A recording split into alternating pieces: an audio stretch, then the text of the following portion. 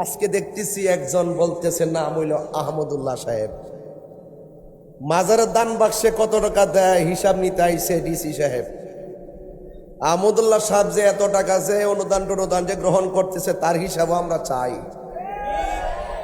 মাদ্রাসার নাম বেনাম দিয়া যে এত লক্ষ লক্ষ কোটি কোটি টাকা দেশ বিদেশ থেকে আসতেছে তার হিসাবও আমরা চাই। তাই মাজারে নাকি বাবা ট্যাবলেট, মাজারে নাকি মাদক সেবন হয় একটা অপবাদ দেয়, তাহলে আমরা এটাও বলবো মাজারে যদি মাদকের অপবাদ দিয়ে যদি অভিযান চালানো হয় তাহলে যেই সমস্ত মাদ্রাসায় বলাৎকার হয় সেখানেও অভিযান চালাতে হবে। এটাই ফাইনাল। চোখ রাঙ্গামনা বলে দিলাম, এক মাঘে শীত যায় না, এটাও বাস্তব ইনশাল্লাহ। এই দেশের আল্লাহর ওলিদের মাজার খানকা উত্তরাধিকারীরা খাদেমরাই পাহারা দিয়ে আসছে, এটা কোনো রাষ্ট্রীয় সম্পদ নয়। কথা বলেন ঠিক না বেঠে? কার মন রক্ষা করতে আপনি ফাটাকেস্টের ভাব ধরেছেন? আগের দিন আপনি এসে 700 বছরের রেকর্ড ভেঙ্গে মাজারের টাকা আপনি ভিন্নভাবে তদারকিতে নিয়ে আসলেন, পরের দিন আপনি প্রত্যাহার হয়ে চলে গেছেন। অপশক্তিরা এরকমই করে, তারা একটা এজেন্ডা বাস্তবায়ন করার জন্য 10 বছর অপেক্ষা করে, 10 বছর অপেক্ষা করার পরে তারা সেই এলাকা ছেড়ে চলে যায়। এই ইতিহাস আমাদের জানা আছে। এই জন্য বলছি আমরা দাড়ি টুপি ফাগরি দীক্ষা, নামাজ দীক্ষা, কফল দাগ দীক্ষা 1 নম্বর মুসলমান মনে করিস না।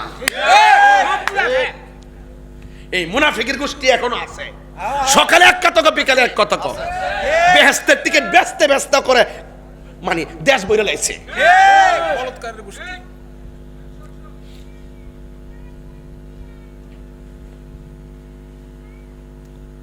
আমার বাইর থেকে কয়ে দিছে যে জীবনে বহুত চিল্লাইছেন, ওখানে একটু কম চিল্লান, জিফুত বড় হইছে। আমি এই জন্য চিল্লাই না, কিন্তু যখন কারবালার চেতনার কথা মনে হয়, ইহুদি খ্রিস্টান ঘটনাটা গড়াইলে মনে বুঝ দিতাম। ঘটনাটা গড়াইছে 5 ওয়াক্ত নামাজ পড়ি না, কোরআনে হাফেজ, মাথা ফাগরি টুপি লইয়া, যুগে যুগে যুগে যুগে যুগে যুগে যুগে যুগে মুসলমানদের সবচাইতে বড় ক্ষতি করছে মুসলমানরা। ঠিক, টুপিওয়ালা ফাগরিওয়ালা সবচেয়ে বেশি ক্ষতি করছে মুসলমানরা।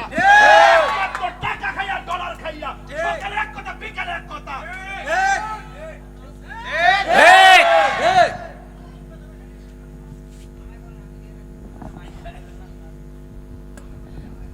আপনারা কি আমার কথা রাগ করছেন? কারবালার ঘটনাটা কি ইহুদিরা ঘটাইছে? কারা ঘটাইছে? আর কতক্ষণ কারা ঘটাইছে? এই মুসলমানরাই ঘটাইছে। এই জন্য আমি বলি শুধুমাত্র লেভেল দিকে বুঝছেন না, হক টাচ করে দেখবেন ভিতরে চুম্বক আছে কিনা। বুঝতে পারছেন আব্বা? ইমাম হুসাইনের আলগা নামাজ পড়ার কোনো দরকার ছিল না। তিনি কই তুইলে তোমরা একামত দো, আমি নামাজ পড়ম তোমরা সাথে। ওই আলগা নামাজ পড়ছে না ভাই সাহেব? নামাজ না ফিরে কি করছে জানেননি? অক্ষরে তাদের সাথে নামাজ না ফিরে আলগা ফিরে বুঝাইছে যে এদের নামাজ আর আমার নামাজ এক নামাজ না। ওখান থেকে দুইটা ভাগ হইছে, এটা এখনো আছে। ওই এজিদের সাইডটা যেদি দেখেছে, এরা শুধু উগ্র বিয়াদব মুনাফিক। আর এই হুসাইনের দ্বারা যেটা হয়েছে, এরা সভ্য ভদ্র নমনীয় আন্তরিক ইমানদার। এরা মুনাফিকি করে না। যেমন আমি যদি মুনাফিকি করতাম, আমারটা দামি কই, আমি মুনাফিকি করলে রাষ্ট্রতন্ত্রের গুরুত্বপূর্ণ জায়গার থেকে বান্ডেলের পর বান্ডেল, ফুরা ট্রাং মাটির তলে ডোয়াইতলে মানে বান্ডেল। আমি গাম জড়াই হক কথা বলি, আপনারা আমার সম্মান করে যাওই দেন, তা দিয়ে আমি ডাইল ভাত চাইলা খাই। আপনারা কি মনে করেন যে আমি নির্বাচনে ফেল করছিলাম? যা খেয়ে দিকে যায় লাভ নাই, বাদ দেন।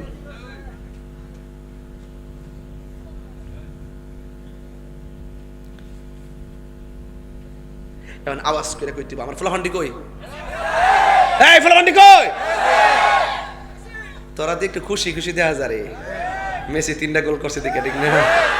বুঝছি তোরা, আমি দেখলি বুঝি তোরা একটা বাপ আছে শৈল। যাই হোক, আর 7 আপ করলাম কইস না তোরা। ঠিক আছে, এই পর্যন্ত থাক, এই পর্যন্ত থাক পাগলা, এই পর্যন্ত থাক। ভাবছিলাম যে ডাইনা পাবে 7 আপ দিয়ে তো আরো জ্বালা বাড়াইছে। হ্যাঁ দরকার আছে নি এই দিন 7টা দেওয়ানের হইলে 6টা দিতে 7টা দিত 8টা দিত 7টা দিছে কি লাগে এই গোড়ায় গোড়ায় এর উপরে বিপদ রায় রে। যাই হোক বাজান খেলা আইছে খেলা যাইব গা কিন্তু ঝগড়া করেন না। কথা মন থাকবো নি, কথা মন থাকবো নি। আজকে দেখছি আন্দোলন হইতাছে এই দেশে কোনো পতাকা অন্য বিশ্বকাপের পতাকা তোলা যাবে না, খেলাধুলা দেখানো যাবে না, এগুলা নিষেধ করতে হবে। খেলা বলে নিষেধ করতে হবে করতেছে কথা আবিস বাংলাদেশে ঢুকছে। এরা বাংলাদেশের কি না আমার সন্দেহ, এরা যে বাংলাদেশের প্রোটেকশন কিনা আমার সন্দেহ। ওই যে রক্ত, ওই যে রক্ত, ওই যে রক্ত উল্টা পাল্টা খেলা বলে বন্ধ করতো। আরেকবার স্ট্র্যাটেজি করছে দেশের মানুষ না খায় মরতেছে, এত ফ্ল্যাগ কিনা টাকা খরচ করার কি দরকার? চিন্তা করছেননি, কথার নমুনা দেখছেননি? আমার বড় বড় হুজুর বাটপার বাটপার এগুলোই হ্যান থেকে আইছে। হ্যান থেকে যদি ভাগ হইছে না মানুষের বুঝাইবো আমরা নামাজ কালাম অত সুন্দর ওজিফা আহলা আলা কালা আবা কাবা বইরা নামাজের রোজায় হজ যাকাতে আল্লাহর ওলি ওলি ওলি ওলি ওলি ওলি। জামাত ইসলাম যে বেহেশতের টিকিট বিক্রি করে এই টিকিট আমরা নালা দক্ষিণের বেড়াইতার দরকার নাই। এই কথা কইলে অনেক রাগ করবেন না, যেটা সত্য এটা বলেন সত্য। যে অন্যায় করবে এটা অন্যায় কইতেইব। এরা যে প্রক্রিয়া কথা বলছে কথাটা গ্রহণযোগ্য না। যে আমার ভোট দিলে আপনি বেহেশতে যাইবেন, তুমি কেডা? তুমি রাজনীতি করো, রাজনীতির ভাষায় কথা বলো। তুমি যদি বলো আমি ইসলামী দল, আমি বলবো তুমি ইসলামের ধারে কাছে নাই। কথা বলো ঠিক না বেটি? তুমি ইসলামী দলে আমরা কি তা আমরা দেশে বাইসাইছি?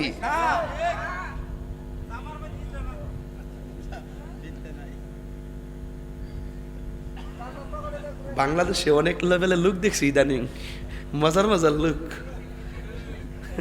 সংসদে কিছু নতুন মুখ আইছে, খুব সুন্দর সুন্দর মুখ, বাংলা জানে না ইংলিশও জানে না, চলতেছে চলক দে বেহেশতের টিকিট বেছে। মারহাবা জোরে কোন ফুলাফান্ডি করে ঝগড়া করবে, এ ঝগড়া করবে বাবা কিন্তু খাইতে না। এজিদ কিন্তু হুসেন রাদিয়াল্লাহু তাআলা আনহুর কল্লা মুবারক নিয়া দামেস্কের বাজারে একটা গড় আছে, গড়ের ভিতরে ঢুকাইয়া একটা পাত্রের উপরে কল্লাটা রাখছে। রাখার পরে সে কি করছে দেখেন, মদ পান কইরা কল্লাটার চতুর্পাশে ঘুরা ঘুরা সে গান গা। কি পান কইরা? কথা কনা